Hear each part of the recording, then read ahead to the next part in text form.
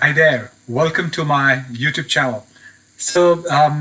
We all do payment transactions on the internet and or on our mobile devices. So now, we need to know that how does that transaction become secure?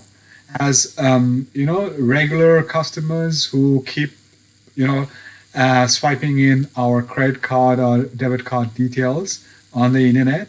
It's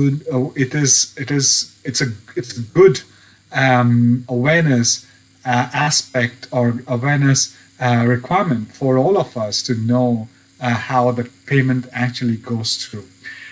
I know a lot of people who do not really bother or who do not really, get into the reasoning behind the transactions and how these transactions are made secure. But you ought to know. So in this video, I thought I will do kind of a tutorial on the concept of 3D secure. And there are actually two versions to 3D secure. So I'll talk about what is 3D secure, and then I'll go on to talk about 3D secure version 1.0, and the second version, which is the latest version, is the 3D secure 2.0. So we talk about that, and then we'll try and evaluate why 3D secure version 2.0 is a more better versions, and what can you expect in the future.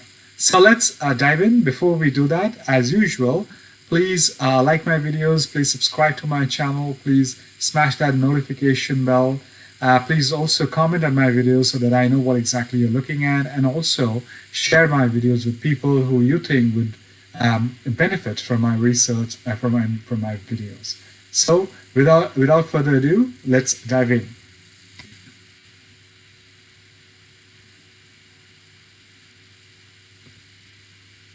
So as usual, as you know, I have an ebook. This ebook is on my journey as an entrepreneur. The book is titled Six Figure Corporate Job to Master Entrepreneur, where I've spoken about the time back in 2010 when I was, about to quit my job, what kind of preparation I took to becoming a successful entrepreneur, what are the challenges I faced, and how I overcame those challenges. So this book covers all of that. On top of that, this book also has three worksheets. These worksheets are essentially, are aids for you to check your mind how prepared it is for you to become an entrepreneur even before you jump into that world. So you could prepare yourself before you actually try out certain things in business which you perhaps have never done ever before. So you could score yourself based on those the answers that you give in those three worksheets, and you could get a fair understanding as to where you stand. So you could see how good you could potentially be, or how well, okay, not so good you could be as an entrepreneur. The cool thing is, I scored myself based on my mindset back in 2010, and you would know how much I scored. And if you go to my website, you would know that today I own two companies, one in Singapore, one in India, and India is the global headquarters, delivery center, and we have two representations in the U.S. market. And the ebook comes totally free to you. All you have to do is to click on the link which is flashing on the screen, which is on our website. I will put the link in the description box below. Click on it, put down your name and email address in the boxes over there, and the link to download the ebook will be emailed to your inbox. I hope you like the ebook. Please do give me your feedback, your honest feedback. So now let's dive into the world of 3D secure. First, we'll try and understand what is 3D secure. So what has been happening is that over a decade ago, the three great payment gateways, Visa, Mastercard, and American Express, introduced a card data protection protocol. This protocol is used to authenticate a bank card holder when paying via the internet. And the world knows this protocol is called 3D Secure. So when you're paying to the internet, this is 3D Secure. Some of you might find it on your credit card, on the card itself. Before 3D Secure era, how the payment would go through was this.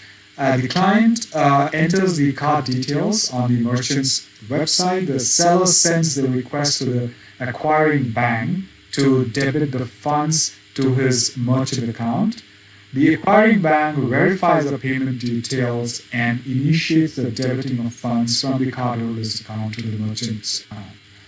So it was a simple process without much checks and without keeping in mind the potential of a hack or even double checking on the card, the status of the card, and all of that. But all these aspects changed about 10 years ago, so what was also happening was the card issuer was not involved in the process. So the card issuing bank, the card that you're using, was not involved. So when the card was stolen and its owner did not block it, fraudsters could use the card without the knowledge of the rightful owner. And I tell you, this has happened to someone in my family as well. So now let's try and understand. So what are the steps in 3D Secure version 1 or 0? The issuer becomes involved in this transaction process. The number of steps that must be taken for a successful transaction increased. So what are the steps? The cardholder now enters the data into the merchant's website. The seller requests 3D card authorization from the acquiring bank. So the acquiring bank, via an API, a Mastercard, American Express, or Visa API, determines whether the 3D secure payment is possible. If possible, the acquiring bank will send the merchant a link through the 3D authorization center of the card issue. The seller sends the card holder via the link. As soon as the card holder follows the link, the issuing bank most often sends an SMS with the digital code. So a lot of us get that SMS code. The cardholder enters the code on the site of the auto rotation center, and after checking the code, the authorization center, I think it should be authorization center. After checking the code, the authorization center sends the authorization code to the seller. The seller carries out the debiting of the card and signs the transaction with an authorization code. The acquiring bank then debits the fund from the cardholder's account and credits it to the merchant's account. So that's the process that the Mastercard and Visa and American Express came up with about a decade ago. But certain aspects changed recently when 3D Secure version 2.0 was released. Now, what are the steps involved there? Here, the cardholder enters the data on the merchant's website.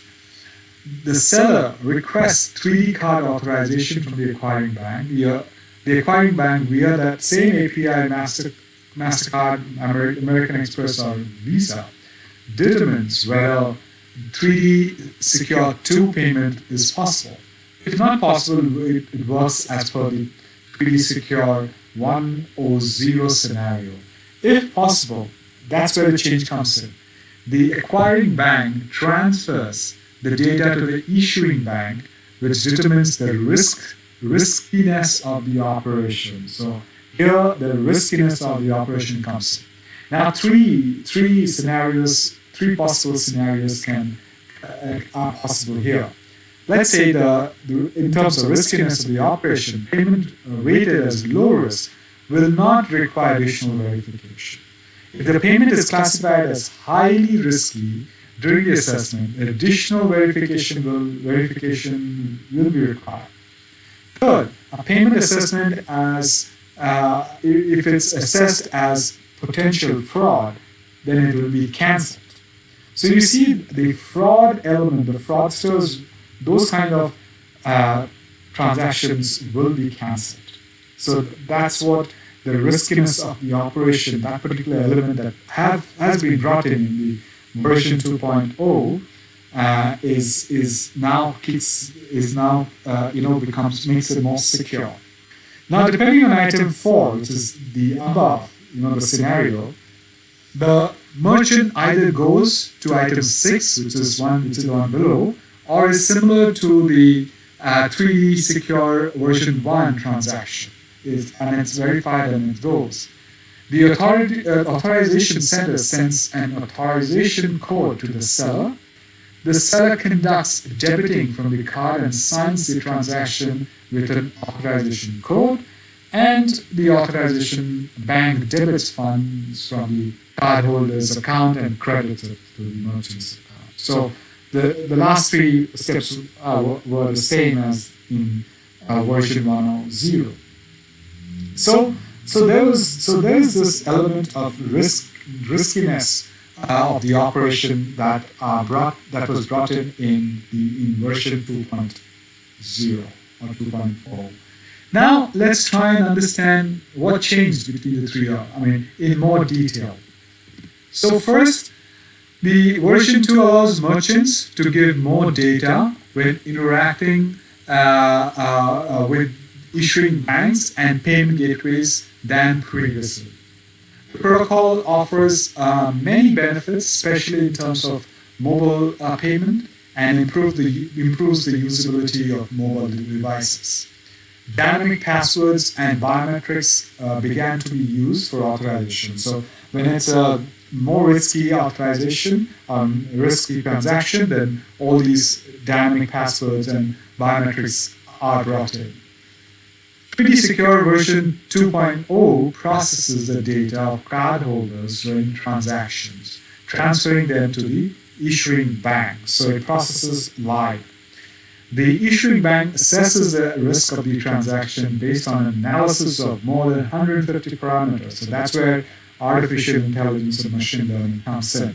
So those aspects are brought in the second version. So what do we see here? Changes in user behavior, which, amongst other things, were affected by the pandemic that we are in now, and dictate new terms. Simplification of the purchase process without losses in the context of security make 3D Secure version 2 a must. And in the future, we can expect new protocols that will adapt to new realities, convenience, security. So that's where we are headed. So I thought I'll share this particular new development with you. So to summarize, 3D Secure is definitely a must, and it really offers that element of riskiness of operation, gauging the riskiness of operation, which is very crucial in any financial transaction, especially the ones which are fraught with so much of scrutiny, and possibly they can be compromised if the protocol layer on the website or on the mobile device APIs are not working well. So that's what it talks about, and you would also know that crypto transactions are becoming a norm in today's day and age, and transactions. So obviously those elements are also these elements will also come in sometime eventually on crypto transactions as well. So it's a good hygiene for all of you, all of us, to know what are the elements that you should keep in mind when you are doing a transaction, a crypto transaction, or a purchase of crypto. I did a video on that. I'll put that on the card above. Go take a look at it. I put down 5 aspects that you must look at. So go take a look at that. I'm sure it'll be useful to you. So well, that's it, guys. Thank you very much for listening to me. As you know, my name is Saurav Mukherjee. I'm a digital technology marketing leader with over 20 years of global experience. I'll put down my LinkedIn URL in the description box below so that you could connect with me. I regularly work with clients where I look to find solutions to their business, marketing, technological, and investment challenges. If you are looking to engage me as a consultant in your company or startup, you could drop me a line on LinkedIn, or you could write to me on the contact page of my website. I'll put the link to the contact page of my website in the description box below. Then we can, communicate and jump into conference calls to see how we can work together. So finally, before I go, usual request from me: please like my videos, please subscribe to my channel, please smash that notification bell, please comment on my videos, and please share my videos. So until the next time, stay safe and stay healthy, and I shall see you soon in my next video. Bye bye.